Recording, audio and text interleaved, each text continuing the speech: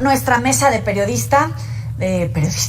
política, nos vamos a saludar a Antonio Atolini, politólogo y militante de Morena, y al maestro Ricardo Peralta, ex subsecretario de Gobernación y académico de la Facultad de Derecho de la UNAM. Gracias a ambos por estar con nosotros, bienvenidos. Muchas gracias, un gusto como siempre, Yoli. Igualmente. Saludos, querido. Antonio, hasta que se nos hace, siempre nos juega una mala pasada la tecnología, pero bienvenidos. Saben que esta es su casa para debatir, contrastar, no necesariamente coincidir, siempre en el marco del respeto. Te leía, Antonio, el día que dieron a conocer los resultados de la encuesta y me llamaba la atención algo que a ti te llamaba la atención. La palabra señora, la manera en la que el ex canciller Marcelo Ebrard se refería a Claudia Sheinbaum y obviamente pues ahí el llegue que le dio tanto a Mario Delgado como al gobernador de Sonora. En este momento, ya que ha pasado algunos días, que el ex canciller insiste, que hoy Mario Delgado decía no hay nada que debatir respecto a los resultados, ¿cómo se encuentra en este momento Morena? Bueno, de entrada, es de cómo logramos hacer por primera vez en la historia un proceso abierto, transparente, con reglas claras y distintas, que tiene a ganadores y perdedores, pero que últimamente todos somos compañeros al final. O sea, me da un gusto enorme estar con Ricardo en esta mesa, quien participó dentro de un equipo contrario al que yo estuve, pero que hoy llamo compañero porque somos parte de un mismo movimiento que estamos abogando por la transformación y que tenemos un objetivo común, ganar el 2024 y ganar la mayor cantidad de espacios, porque donde gobierna Morena, la gente tiene más y mejores derechos. De eso se debe de hablar. De eso es lo que tenemos hoy por delante y esa es la reflexión que nos obliga a los obradoristas de todo el país a reflexionar y actuar. De lo demás, de verdad que queda como un mal trago, una anécdota que cada día que pasa resulta ser cada vez menos relevante. En la decisión de él, el ex canciller, me refiero, estará si decide quedarse o no en Morena, pues aquí las puertas están abiertas para entrar y salir cuando quiera y como quiera. Nosotros, los hombres y mujeres del movimiento, seguimos trabajando y todo el equipo de Dan Augusto y todo el equipo de Ricardo Monreal y el equipo de Fernández Noroña y el equipo de Manuel Velasco y por supuesto el equipo de la doctora Claudia Sheinbaum, la nueva coordinadora de los comités en defensa de la cuarta transformación, pues tiene mucho que hacer. Ricardo, ¿coincides? En este momento no hay nada perfectible en el proceso, incluso hasta en la manera de enfrentar este momento, porque todos esperábamos esa unidad, hasta cierto punto la resistencia del ex canciller, pero él ha entregado denuncias donde entrega fotos, videos, audios incluso en el documento que acaba de entregar, hablando de todas estas irregularidades. Siempre tiene que haber algo perfectible. Yo considero que más allá de una condición donde hay ganadores y hay perdedores, en una condición política no todos pueden ganar. Y Marcelo Ebrard es un profesional, es un político profesional que hoy desafortunadamente no ha aceptado las condiciones cuando desde un principio firmó un acuerdo. Los abogados, cuando empezamos a estudiar derecho, aprendemos una frase en latín que se llama pacta sunt servanda, que es un principio del derecho civil que significa los acuerdos deben de cumplirse. Y eso hace valiosa o no a una persona. Y si Marcelo Ebrard con los otros 5 contendientes firmaron ese acuerdo, pues evidentemente se cernían a esa reglamentación, entre ellas el aceptar los resultados y el procedimiento de esta encuesta.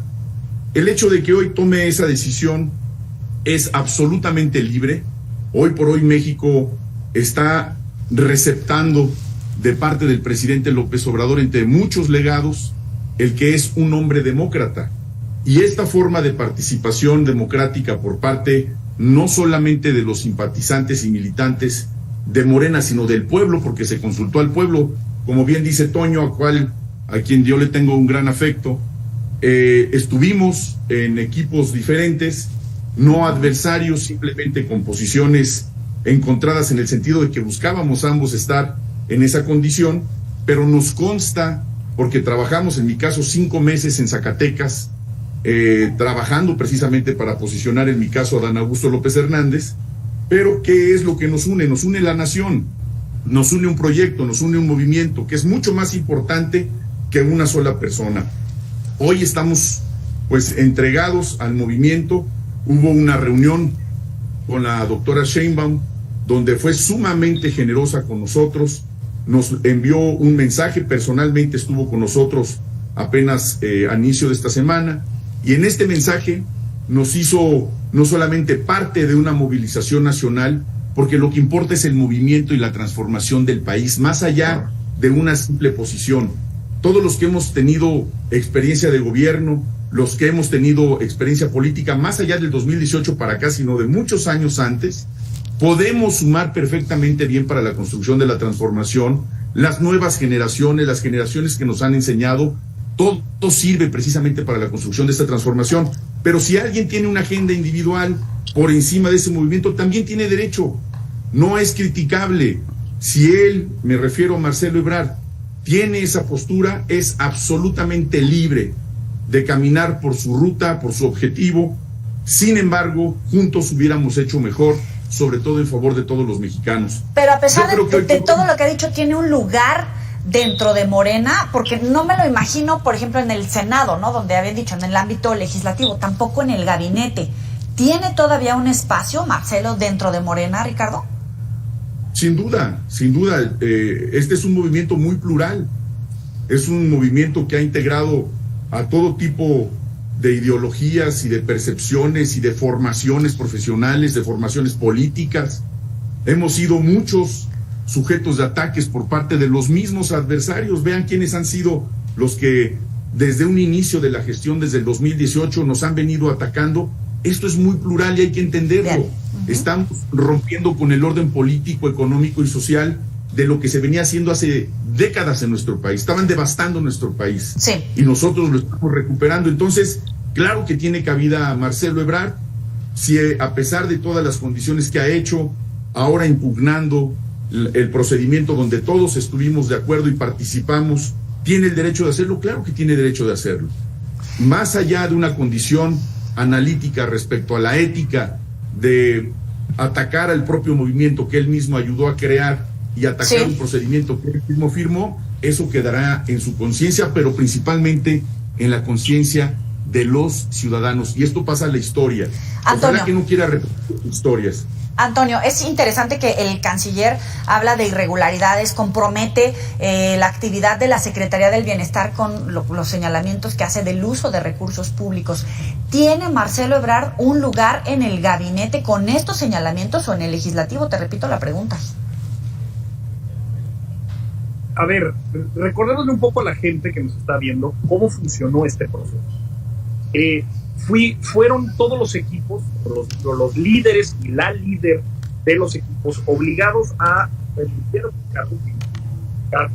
pedir licencia para poder participar durante 2 meses en la búsqueda de la coordinación de los comités en defensa de la Cuarta Transformación. Y se establecieron ciertos mínimos bases que daba cuenta de que esta era una competencia en donde no era el todo por el todo, era todo con todos. Es decir, si bien hay una posición que todos buscamos lograr con nuestros referentes, Ricardo con Adán Augusto y yo con Claudia Sheinbaum, que era la coordinación, sí se establecieron también dentro de estas mínimas bases, por llamarlo de una forma, que el segundo, el tercero y el cuarto lugar tendrían un lugar privilegiado como coordinador del Senado, coordinador de la bancada de los diputados, y un lugar prominente, así lo decían las bases, un lugar prominente en el gabinete. Padrísimo, a mí me parecía un gran ejercicio, daba cuenta de que todos son necesarios, todos tienen un lugar, todas tienen un lugar, y pues hacía de esto una competencia, la verdad, pues muy amena, muy agradable entre compañeros y compañeras que, como bien dice Ricardo, nunca adversarios, pero pues sí compitiendo por una posición, que era la coordinación, pero todas las demás daban cuenta de un lugar para las personas. Sí, Marcelo, que ya de verdad me aburre hablar de eso, porque lo importante es que se va a presentar la convocatoria para las gubernaturas. Lo importante es que los equipos van a hacer giras nacionales con la nueva coordinadora. Lo importante es que tenemos ya un proyecto, un proyecto futuro, rumbo para 2024. Si Marcelo sigue diciendo las mentiras que dice, son mentiras, han aclarado, porque no hay evidencia, porque las denuncias solamente se han hecho mediáticas, no se le ha acompañado ningún cuerpo de evidencia. De verdad que necesita más abogados como Ricardo, una mínima de asesoría para decir, oye, no puedes salir a decir tantas cosas si no tienes una evidencia o prueba que lo acompañe. Entonces, Marcelo tiene la libertad de elegir qué hacer. Si quiere estar con el movimiento de transformación o seguir, ahora sí que, permítanme la expresión, chiflando en la loma, reclamando algo que no tiene ni pies ni cabeza. Hablemos de esta propuesta de los gobernadores. Vemos a una Claudia Sheinbaum, incluso hoy postea una fotografía con Mario Delgado ya definiendo este rumbo, este futuro. ¿Cuáles son las claves de esta ruta crítica en lo que empieza de verdad el proceso electoral? Porque incluso hoy le respondía a Xóchitl, ya habrá tiempo de debates, por ahora vámonos preparando. Antonio. Lo importante es tener cuenta ciertos números que son claros y distintos ya desde ahorita. Son 8 gobernaturas y la jefatura de gobierno.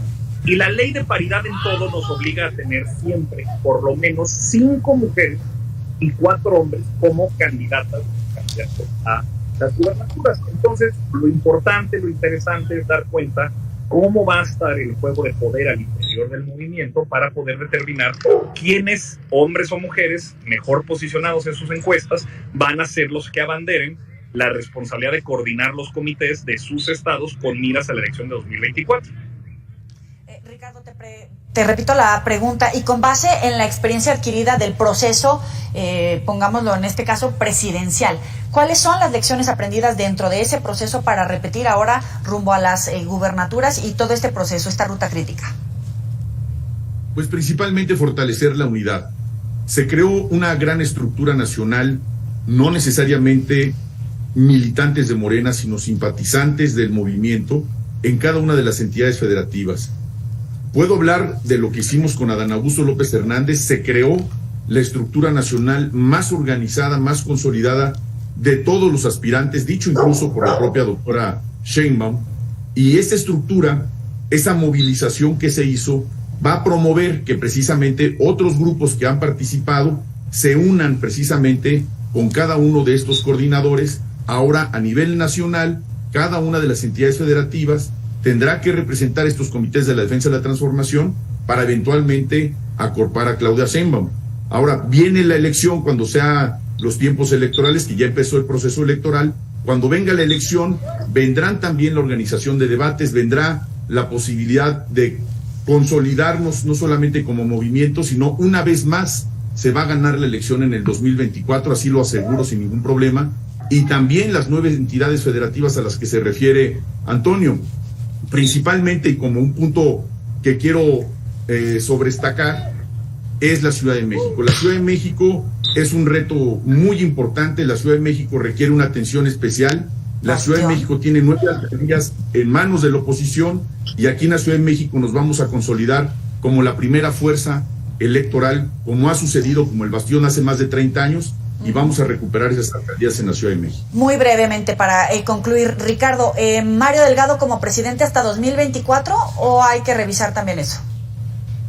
Bueno, él tiene un nombramiento hasta el 2024, hecho por el Consejo General del partido. ¿Sí? Así él mismo lo ha señalado. Apenas incluso habían versiones periodísticas que hacían un cambio. Sin embargo, él mismo ha constatado que continuará en el partido hasta el 2024, pero tú sabes que en política lo primordial es la coyuntura.